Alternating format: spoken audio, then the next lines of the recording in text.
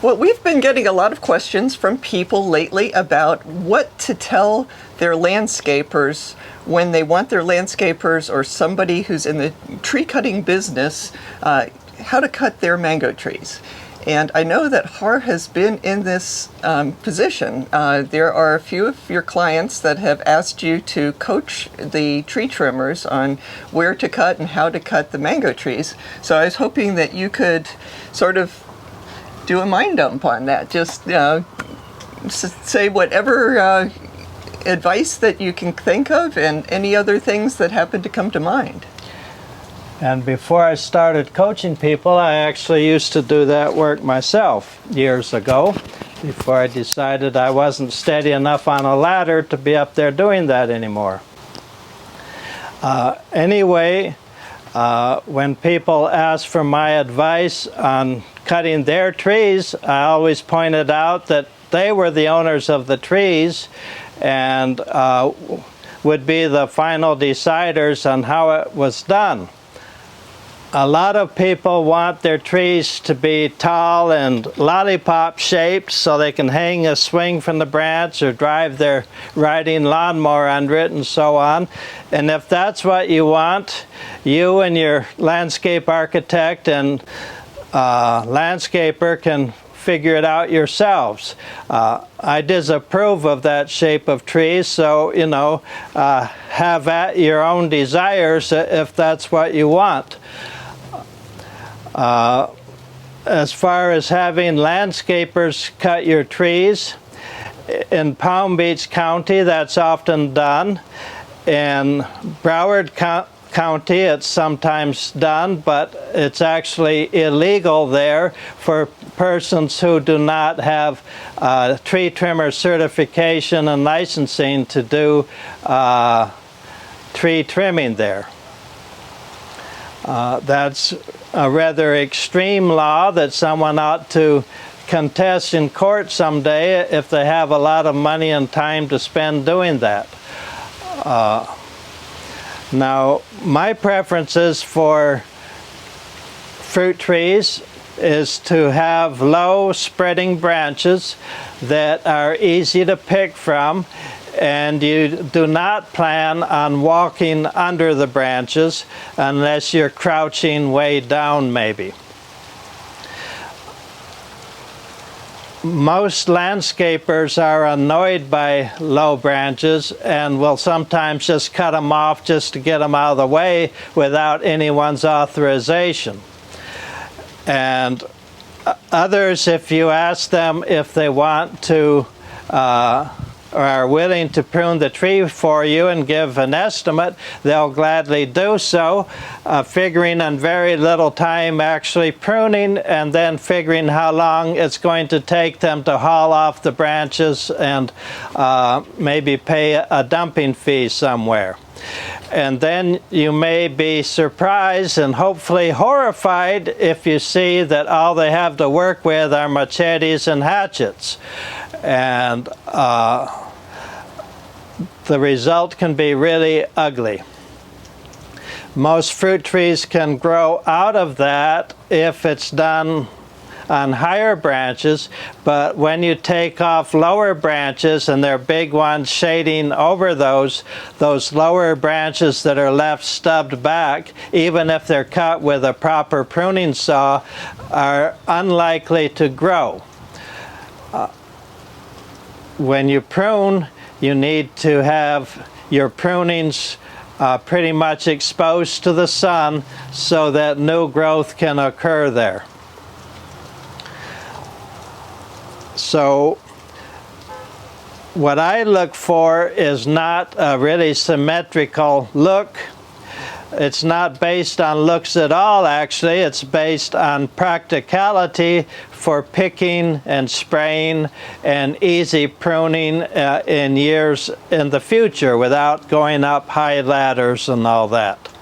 So I look for wide spreading branches, either almost horizontal or aimed upward a little bit, and open here and there in the middle in kind of a helter-skelter pattern. As I say, not really symmetrical. What you want is for sunshine to reach all branches, or most of them, from more than just one side during the day. If almost all the leaves on the tree are getting strong sunlight for at least an hour or two during the day, then those leaves are not parasitic, they are productive. Trees get all their food and energy from sunlight striking the leaves and green branches, and photosynthesis occurring to make glucose, and then the tree takes the glucose plus minerals from the soil and water and air to make everything that the tree needs. When we buy fertilizer, some stores call it plant food, but it's actually just mineral supplement. Food is what we get energy from, and that is the case with plants as well. They get no energy from bags of fertilizer. So anyway, with the pruning, you want to look for air movement through the tree, no spots so dense that things can hide up in there, whether it's insect pests or squirrels or whatever. Have it open to the breeze, open to the sunlight, and open to your eyes so that when there are fruit there, you can find them easily and pick them. So whoever does your pruning needs to understand what your goals for the pruning are, and have at least a proper pruning handsaw, and if it's big stuff, you know, a small chainsaw. And if they're going to be going up very high or cutting anything really big, even if it's in municipalities or counties that do not strictly require certification for tree trimming, you are going to preferably check to see if the person is at least insured. Tree trimming, when it gets up more than 10 or so feet high, becomes increasingly dangerous the higher up you go. Another style of pruning besides the widespread helter-skelter kind of open style is a more upright style that some people will prefer in their yards, but you take out middle branches from the tree so you have an open vase shape, a vase or a goblet. In other words, the sunlight can strike the branches from the inside of the tree as well as just the outside of the tree. Remember that mango blooms, almost all of them form outward from the canopy. If you have an open vase shape, they can also form inward from the insides of the vase. The flower panicles in some varieties only stick out like a foot or 18 inches, but on some varieties can reach 4 feet out. So you want to make sure that you don't have other trees, whether it's other mango trees or other types of trees, growing into the sides of your mango tree, because that will drastically cut back on production. Because there's not the open sunny space for the flower panicles to go out, or because there are palm fronds or other branches from other trees striking your flower panicles and breaking off the flowers or the young fruit set on windy days. Right now, immediately after harvest, is the preferred time to prune mango trees so that they have time to flush out with new growth 1 or 2 times before the cool weather comes, and then go dormant for a month or so as far as not making any more new growth. Not dormant as far as dropping leaves, that's not proper with mangoes.